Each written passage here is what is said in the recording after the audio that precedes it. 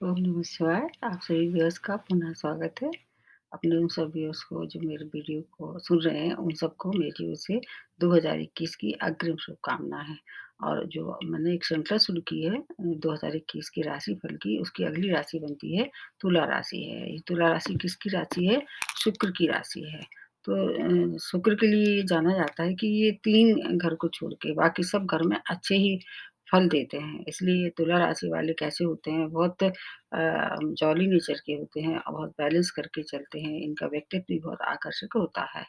वैसे तो इन पे अभी साढ़े साती का चल रही है, लेकिन इस समय जो सिचुएशन है वो सस नामक पंच महापुरुष का निर्माण कर रहे हैं इनकी राशि में, इसलिए शनि से इनकी परम मित्रता है। स्वामी राशि शुक्र और शनि दोनों परम मित्र हैं। इसके पहले मैं और कुछ आगे बताऊँ, आप लोगों को साल की प्रारंभ बता देते हैं कि कन्या लग्न से ये साल प्रारंभ हो रहा है और पुष्य नक्षत्र से और कर्क राशि से ये इसकी शुरुआत हो रही है। तो इस तरह से अगर आपका कहीं ये नक्षत्र मैच करता है तो क्योंकि बुध जो है वो कन्या राशि के स्वामी राशि हैं और बुध की शुक्र की भी बहुत अच्छी मित्रता है, इसलिए आपको इसका भी फ़ायदा मिलेगा। जहाँ तक चंद्रमा वाली बात है, तो चंद्रमा से भी इनकी मित्रता तो नहीं है लेकिन समव्यवहार है, इसलिए आपको पूरा फ़ायदा होगा। तो अब जो बड़े ग्रह हैं उनकी स्थिति देखना सभी राशि वालों के लिए आवश्यक होती है। जैसे राहु आपके कहाँ है? अष्टम भाव में, केतु आपके 2nd भाव में है और गुरु और शनि आपके 4th भाव में है, जो कि अगर भाव के हिसाब से देखा जाए तो गुरु का ये भाव कारक भाव नहीं है, लेकिन केंद्र में है इसलिए केंद्र का फ़ायदा इनको मिलेगा। और जहाँ तक शनि वाली बात है, वो तो सस नामक पंच महापुरुष का निर्माण कर रहे हैं। कोई भी ग्रह अपनी राशि में केंद्र में या केंद्र में उपस्थित होता है, तो एक अच्छे राजयोग का निर्माण होता है, उसको पंच महापुरुष कहते हैं और इसलिए आपके 4th भाव में नीच भंग राजयोग का निर्माण हो रहा है, शनि और बृहस्पति के द्वारा। इसका आपको फ़ायदा होगा। अब इसके बाद और जो शुक्र की पोज़ीशन है, उसके बारे में थोड़ा-सा मैं बताने की कोशिश करती हूँ कि शुक्र आपको कब-कब थोड़ा-सा ज़्यादा फ़ायदा देंगे, कब थोड़ा-सा अलर्ट रहना पड़ेगा। अब जहाँ तक कि गुरु वाली बात है, सभी राशि वालों को पता है कि 20 नवंबर से ना अपनी राशि बदल के ये मकर राशि में आ गए हैं। फिर ये कब कब तक रहेंगे यहाँ पर? 6 अप्रैल तक रहेंगे। फिर ये वक्री होके फिर अपनी राशि बदल के कुंभ राशि में आपके 5th भाव में आ जाएँगे। तो 4th भाव से हम क्या देखते हैं पहले उसका देखते हैं क्योंकि 4th भाव में आपका सबसे ज़्यादा इस समय युति है और आगे भी इस महीने जनवरी के महीने में हो जाएगी। जहाँ तक है जनवरी के प्रारंभ में आपकी राशि में शुक्र रहने वाले हैं और मंगल आपके 4th भाव में है, तो आपको इस तरह से रोचक नामक पंच महापुरुष का फ़ायदा मिलेगा। इधर आपको मालव्य नामक पंच महापुरुष का फ़ायदा मिलेगा और शश का तो आपको मिल ही रहा होगा। जहाँ तक शनि वाली बात है, ये 23 मई से वक्री हो जाएँगे और फिर ये वक्री होके आपको और तेज़ी से प्रभाव देंगे। जब भी कोई ग्रह वक्री होता है, तो वो पिछले घर का भी प्रभाव देता है। तो इस तरह से अगर गुरु की शुभता देखी जाए, तो आपको 6 अप्रैल के बाद ज़्यादा फ़ायदा होगा क्योंकि 6 अप्रैल के बाद गुरु अपनी राशि बदल के कुंभ राशि में आ जाएँगे। बदलने की मतलब ये कि उनकी जो मतलब वैसे तो मकर में ही रहेंगे अगले 13 महीने तक, लेकिन जब ये अतिसारी गति से आएँगे, तो अगले घर को ये प्रभावित करेंगे, तो 5th भाव के भी प्रभाव देंगे। 4th भाव में तो हैं, लेकिन 5th भाव के भी प्रभाव देंगे। और ये इनका कारक भाव है। तो इसलिए आपको क्या-क्या फ़ायदा होगा पहले 4थे भाव से देख लेते हैं कि 4थे भाव में आपको माता का सुख प्राप्त होगा और शनि की जो दृष्टियाँ हैं बहुत अच्छी नहीं रहती, लेकिन गुरु की दृष्टियाँ में अमृत रहता है। उसके लिए मेरा वीडियो आपको देखना पड़ेगा जो 20 नवंबर वाला मैंने दिया है। और अचानक जैसे कि राहु की स्थिति आपके लिए पूरे वर्ष भर अष्टम में रहने वाली, केतु आपके 2nd भाव में रहेंगे। तो ये इसका भी वीडियो मैंने आप लोगों को अलग से बना के दिया है, वो थोड़ा-सा विस्तार से आपको वहाँ देखना पड़ेगा। इस समय जो स्थिति बन रही है उसके हिसाब से आपको बता देते हैं। जब गुरु आपके पंचम भाव में आ जाएँगे तो आपको अचानक धन का लाभ होगा, कारोबार में उन्नति हो सकती है, मान-सम्मान में वृद्धि हो सकती है और परिवार का वातावरण कैसा रहेगा? सुखद रहेगा। तो इस तरह से आपको कुछ समय थोड़ा-सा आपको ध्यान रखना पड़ेगा। बाकी और चीज़ों को मिला के देखें तो कुछ-कुछ फ़ायदे, कुछ-कुछ आपको परेशानी हो सकती हैं। जैसे परेशानी मैं बता देती हूँ आपको, अगर आप टेक्निकल या डिजिटल क्षेत्र से जुड़े हुए हैं, तो वहाँ थोड़ी-सी आपको हानि हो सकती है पैसे की तरफ से। और कभी-कभी आपको डिप्रेशन का भी सामना करना पड़ेगा क्योंकि राहु की अष्टम में स्थिति अच्छी नहीं है। उधर केतु भी आपका सेकंड भाव में आपकी बाड़ी को क्या करेंगे, उग्र बना देंगे। मंगल की राशि में है इसलिए परिवार का बिलकाव आपको भोगना पड़ सकता है। आपके मन में एक अज्ञात भय जो रहेगा, कोई ऐसी मन में ऐसी आशंका बनी रहेगी, कहीं ये ना हो जाए, वहाँ कुछ मेरे साथ गड़बड़ ना हो जाए। ये आपको पर पूरे 13 महीने तक और अगले 18 महीने तक मान के चलो जब तक राहु की वहाँ पर स्थिति है। तो अज्ञात भय से आपको हालाँकि होगा कुछ नहीं लेकिन अज्ञात भय रहेगा आपके मन में। बाकी मालव नामक और रोचक नामक जो पंच महापुरुष है और सस नामक जो पंच महापुरुष है, उसका पूरा फ़ायदा आपको मिलेगा। रिया का प्रभाव है इसलिए आपको थोड़ा-सा सतर्क रहना पड़ेगा और ड्राइविंग वग़ैरह करते हैं तो वहाँ थोड़ा सावधानी रखनी पड़ेगी। शनि है, शनि किसी को नहीं छोड़ते हैं, अपने विचारों से और मन से और कर्म से आपको कैसा सात्विक और ईमानदार रहना पड़ेगा, तब आपको शनि आपको कुछ भी परेशान नहीं करेंगे। तो अब शुक्र की स्थिति में थोड़ा-सा प्रारंभ में ही बता देती हूँ। 4th भाव में चतुर्ग्रही योग का निर्माण होगा। इसमें कुछ ग्रह आपके लिए अच्छे होंगे और कुछ ग्रह थोड़ी-सी परेशानी वाले होंगे। ये जो है वो 4 जनवरी से 28 जनवरी तक का समय आपके लिए जब धनु में रहेंगे शुक्र, तब आपको ज़्यादा लाभ देंगे और उसके बाद फिर ये अपनी राशि बदल लेंगे और फिर ये अगली अगली बार जब फरवरी से ये मकर राशि में जाएँगे तब भी आपको जैसे मैंने बताया चतुर्ग्रही योग तब भी आपको फ़ायदा देंगे और उसके बाद फिर आपको 27 मार्च से लेके और फिर 10 अप्रैल तक ये अपनी उच्च राशि में रहेंगे, तब भी आपको फ़ायदा देंगे। जहाँ तक नीच स्थिति है, नीच के बारे में मैं थोड़ा-सा बता देती हूँ, 17 अगस्त से लेके और 17 सितंबर तक ये नीच रहेंगे। तो नीच राशि इनकी कौन-सी है? शुक्र की नीच राशि वो बुध की राशि मतलब कि कन्या राशि है, तो इसका फ़ायदा आपको बिल्कुल भी नहीं मिलेगा बल्कि नुकसान ही हो सकता है। आपको फिर इस समय ध्यान रखना चाहिए। बाकी और जो स्थितियाँ थोड़े बीच-बीच में कैसी बदलेंगी, कहाँ थोड़ा-सा आपको फ़ायदा मिलने वाला है, मैं अ, विस्तार से अलग-अलग क्षेत्रों के लिए बताती हूँ। जैसे शुरू करते हैं स्वास्थ्य से। जब हेल्थ है तो सब कुछ अच्छा रहेगा। अगर हेल्थ ही आपके साथ नहीं देगी तो आप क्या काम कर पाएँगे? आपका मानसिक संतुलन भी वैसे ही इस वर्ष बहुत अच्छा नहीं रहेगा।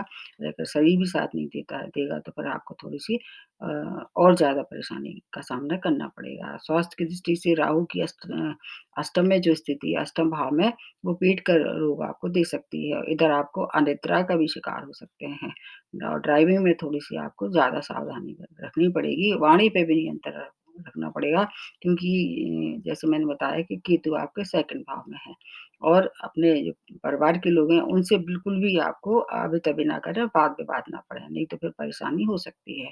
ये तो उनके थोड़े-से नुकसान हो गए हैं। लेकिन इसके साथ-साथ कुछ फ़ायदे भी हैं राहु की अष्टम में जो स्थिति है, स्वास्थ्य के अलावा आपको रिसर्च से जुड़े हुए लोग थे, उसमें आपको काफ़ी इम्प्रूवमेंट दिखाई देगा और विदेशों से संबंधित भी कोई कार्य कर रहे थे, तो आपको उसमें भी फ़ायदा दिखाई देगा क्योंकि एक दृष्टि जो है वो गुरु की आपके राहु के घर पे मतलब अष्टम भाव पे पड़ रही है। आपकी आयु को कोई नुकसान नहीं होगा, बीच-बीच में आपको परेशानी ज़रूर होगी लेकिन गुरु की दृष्टि से आप उन सब परेशानी को मतलब निपटते हुए बाहर निकल आएँगे। इसलिए बस थोड़ा-सा सावधानी रखेंगे, फिर आपको कोई परेशानी नहीं होगी। स्वास्थ्य की दृष्टि से बीच-बीच में परेशानी होगी, लेकिन आप उन सब पे विजय पा लेंगे। अब उसके बाद आते हैं कार्यक्षेत्र। कार्यक्षेत्र में आपका करियर के हिसाब से आप चाहे आप जॉब को देख लीजिए, चाहे व्यापार से देख लीजिए, आपको अच्छे ही परिणाम मिलेंगे क्योंकि एक तो जब 4th भाव में गुरु रहेंगे तो उनकी सप्तम दृष्टि रहेगी। इधर आपके शनि भी सप्तम दृष्टि आपके करियर पे दसम भाव पे डालेंगी, तो हालाँकि शनि की दृष्टियाँ अच्छी नहीं होती हैं, लेकिन गुरु की शुभता से जो है वो आपको ज़्यादा लाभ होंगे। आपको जून-जुलाई के महीने में ज़्यादा लाभ होगा लेकिन क्रोध फिर भी आपको नहीं करना है। शनि की दृष्टि कार्यक्षेत्र पे पूरे वर्ष रहने के कारण आप जॉब में भी कोई नया परिवर्तन कर सकते हैं। अगर आपने पहले से कोई प्लानिंग कर रखी थी, तो इस समय आप उस स्थिति को आगे बढ़ा सकते हैं या फिर उसमें कुछ न कुछ आपको ऐसा लगे कि अब ये एक सूटेबल टाइम है, आप उसको कर सकते हैं। प्रमोशन की भी अगर आप ड्यू था तो प्रमोशन भी आपको इस समय प्राप्त हो सकता है। व्यापारियों के लिए ये समय पार्टनरशिप की अगर आप कर रही थी तो वो थोड़ा-सा सोच समझ के लें। तो मध्य वर्ष के बाद आपको ज़्यादा फ़ायदे होंगे, जैसे गुरु की पोज़ीशन बदल जाएगी, उसके पहले थोड़ा-सा आपको बीच-बीच में रुकावटें आएँगी, लेकिन आप सब रुकावटों पे विजय पा लेंगे। और भाई के साथ थोड़ा आपका समय जो होगा वो मतलब अ, बीच-बीच में गड़बड़ करेगा, क्योंकि सूर्य बुध आपके 3rd भाव में रहेंगे, तो जहाँ तक है कार्यक्षेत्र से अगर रिलेट करके देखा जाए तो भाइयों से भी सहयोग आपको प्राप्त होगा। और भूमि, भवन, वाहन का भी अगर आप लाभ नहीं मिल रहा था या उसका सुख प्राप्त नहीं हो रहा था, जब ये 4थे भाव में ये दोनों चतुर्ग्रही योग बनेगा तब उस समय तक आपको फ़ायदा होगा। लेकिन आपको ना तो ऋण लेना है, ना ही ऋण देना है। इससे आप दूर ही रहें तो ज़्यादा अच्छा रहेगा, क्योंकि छ 6वें भाव में जो है गुरु की राशि है, और गुरु जो है वो इस समय थोड़ी-सी कमज़ोर स्थिति में रहेंगे। जब वो 6 अप्रैल के बाद अपनी राशि बदल लेंगे, फिर आपको ये काम इस समय आप फिर कर सकते हैं। और मई के बाद का समय मतलब ऐसे मान के चलो कि आपके लिए काफ़ी सुखद रहने वाला है। आपकी गुरु शनि की जो दृष्टियाँ हैं, उनसे आपको एक फ़ायदा और होगा, क्योंकि जो शनि की जो दृष्टि है, उच्च दृष्टि आपके व्यक्तित्व वाले मतलब लग्न पर पड़ रही है, तो मान प्रतिष्ठा में तो ये वृद्धि करेंगे, क्योंकि उच्च दृष्टि है। बाकी आपको और समय थोड़ा-सा सावधानी रखनी पड़ेगी। अगर आप बाहर जाना चाहते थे, तो गुरु की जो उच्च दृष्टि है, वो आपके कहाँ पड़ेगी? 10वें भाव पे। तो अगर रिसर्च से जुड़े थे, पीएचडी वगैरह कर रहे थे, उसमें आपको फ़ायदा होगा। आप बाहर भी जा सकते हैं, अगर बुध की पोज़ीशन आपके नेटिव चार्ट में अच्छी है, क्योंकि 12वें स्थान में बुध की राशि है, इसलिए उसका लाभ आपको प्राप्त हो सकता है। ये तो आपका कार्यक्षेत्र हो गया। अब आपके आ जाते हैं आर्थिक स्थिति, इसकी वजह से कैसी होगी? आर्थिक स्थिति के लिए आपका धन लाभ होगा। आपको ख़ास तौर से मार्च से लेके और जुलाई तक का समय जो है वो आपके लिए एक धन लाभ की स्थिति बनाएगा, और इस समय आप कोई बड़ा इन्वेस्टमेंट भी कर सकते हैं। लेकिन माताजी की हेल्थ प्रभावित होगी, लेकिन उनसे आपको धन की प्राप्ति होगी, चाहे वो पैतृक संपत्ति हो, चाहे वह आपका रुका हुआ कहीं से धन हो, जो आप पहले से कोशिश कर रहे थे, वो नहीं मिल पा रहा था, क्योंकि राहु अष्टम में है, तो वो अचानक धन की भी प्राप्ति करा सकते हैं। लॉस भी कराते हैं, लेकिन अगर आपकी ग्रह स्थिति और ग्रहों को मिला के अच्छी है, तो फिर आपको अचानक धन की भी प्राप्ति हो सकती है। और इस समय आपको ये काम अपने हर एक प्लैनेट के दुष्प्रभाव से बचने के लिए एक काम करना चाहिए, परमार्थ कार्य करना चाहिए। उस किसी की हेल्प बिना मतलब स्वार्थ के कर देना चाहिए। अगर आपके पास आपकी सामर्थ्य है, तो उनको थोड़ा-सा आर्थिक मदद भी दे सकते हैं। तो आपके जितने भी अष्टम की राहु से जो दुष्प्रभाव होने वाले हैं विशेष तौर से, उधर फिर और जो मतलब केतु से आपको कुछ होने वाला था नुकसान, उससे आपका पूरे 18 महीने तक बचाव रहेगा, अगर आप परमार्थ करते रहें। तो परमार्थ करने में वैसे भी शनि बहुत खुश रहते हैं। शनि क्या है, सेवक हैं, और अगर आप किसी की सेवा करते हैं, तो शनि आपको आशीर्वाद देंगे। इसलिए अगर आपको इन सब झंझटों से बचना है, तो अच्छे कार्य करना चाहिए, किसी की हेल्प कर देना चाहिए। फिर आपकी आर्थिक स्थिति भी अच्छी होगी, और ग्रहों के दुष्प्रभाव से भी आप बचे रहेंगे।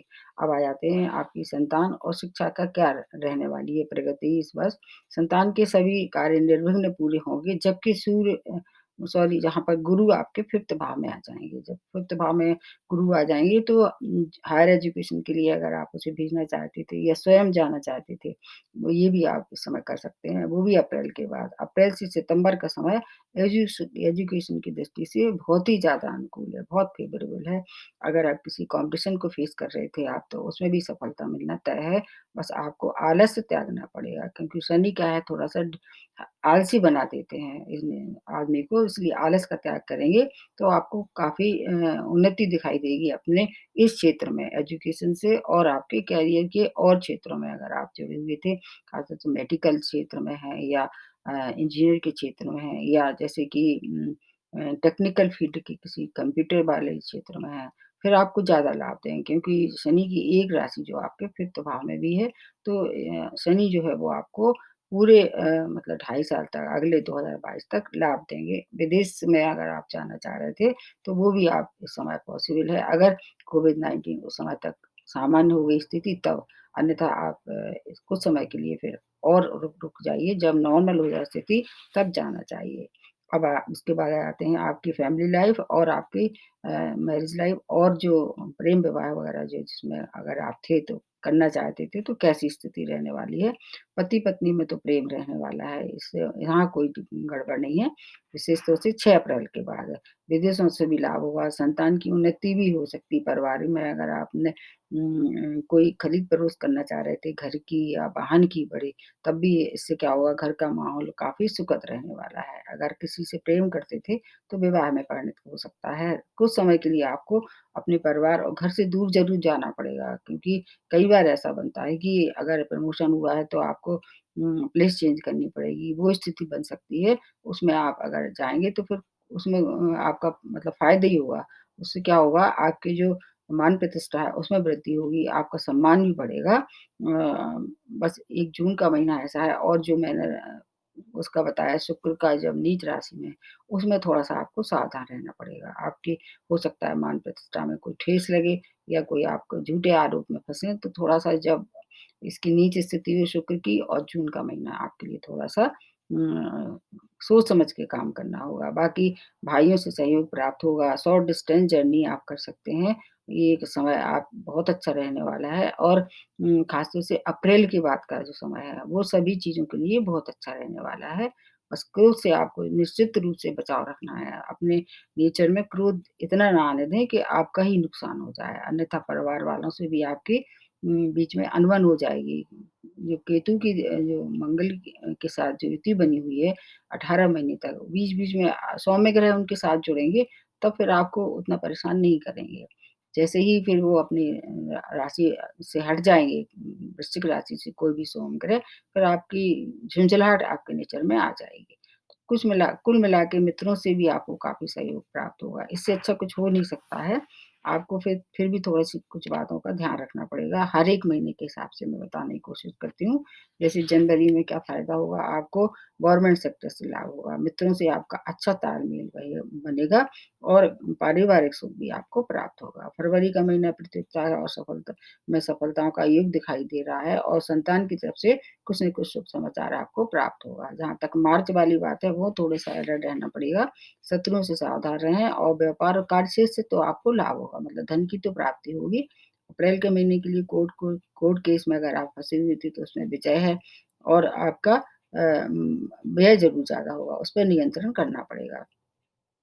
अब आ जाते हैं मई के लिए, आपका डाइजेशन बिगड़ सकता है इस समय क्योंकि जब को बृहस्पति जब पंचम भाव में आ जाते हैं, तो पेट की समस्या हो सकती है, खाने-पीने का आपको ध्यान रखना पड़ेगा और जॉब में आप चाहें तो इस समय से जॉब चेंज करने की कोशिश कर सकते हैं। उसके बाद आ जाते हैं जून का महीना, पद प्रतिष्ठा में आपकी वृद्धि होगी, राजनीतिक लोगों को ज़्यादा फ़ायदा होगा, अधिकारियों से आपको भी लाभ होने वाला है। उसके बाद जुलाई का महीना कार्यक्षेत्र में और नौकरी में बदलाव आप कर सकते हैं। व्यवसाय में भी अगर हैं, तो उसमें भी विस्तार कर सकते हैं। ये समय आपके लिए अच्छा है। अगस्त में रुके हुए कार्य होंगे पूरे और धन की भी प्राप्ति होगी। इसमें भी आप नए व्यापार का प्रारंभ कर सकते हैं। जहाँ तक सितंबर वाली बात है, व्यय पे नियंत्रण करना पड़ेगा और ना तो से ऋण लें और ना ही ऋण दें। क्योंकि अगस्त का महीना जैसे मैंने बताया कि थोड़ा-सा आपके लिए सोचनीय रहने वाला है। सितंबर में व्यय की अधिकता रहेगी। अक्टूबर में जो है वो आँख और पैर के वजह से आप थोड़ा-सा परेशान हो सकते हैं और नींद का भी आपको ध्यान रखना पड़ेगा। लेकिन मान-प्रतिष्ठा में निश्चित रूप से वृद्धि होगी क्योंकि शुक्र की स्थिति काफ़ी अच्छी है। संतान के लिए भी ये समय काफ़ी अच्छा है।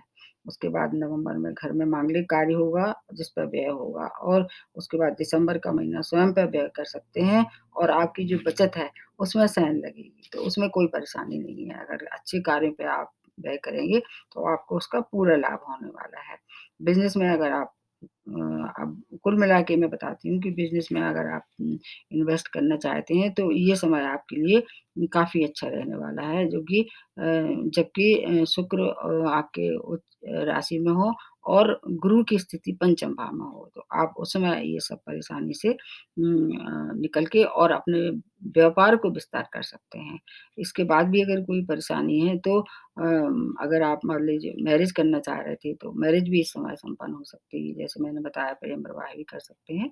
कुल मिला के ये है कि हर एक महीने के हिसाब से आपको फिर भी देखना पड़ेगा, जो मैंने बनाती हूँ और आपके लिए इस वर्ष का अगर सबसे ज़्यादा फ़ायदा लेना है, तो कुछ रंगों का मैं बताती हूँ। जैसे हरा रंग आपको ज़्यादा सूट करेगा इस महीने, नीला रंग भी सूट करेगा और 2, 4 और 6 रंग 6 नंबर आपके लिए ज़्यादा सूटेबल रहेंगे। शुक्रवार का दिन अगर कोई काम की शुरुआत करते हैं, तो आपको विशेष लाभ होगा इस समय, शुक्र के दिन। और अगर जहाँ तक स्टोन अगर अफ़ोर्ड कर सकते हैं, तो आपको ओपल पहनना चाहिए और पन्ना का भी आप उपयोग कर सकते हैं कि पन्ना आपके भाग्य स्थान के स्वामी हैं और इधर आपके 12th भाव के हैं, तो विदेश यात्रा में अगर कोई रुकावट आ रही, तो इन सब में आपको लाभ होगा। और जहाँ तक है इस इष्ट की बात है, आराधना की बात है, आराधना में आप अपने या तो स्वामी राशि को प्रबल कीजिए या फिर शनि की उपासना करनी चाहिए, क्योंकि आपके ऊपर साढ़े साती का प्रकोप ढैया का प्रकोप है, तो इससे भी आपका बचाव बना रहेगा।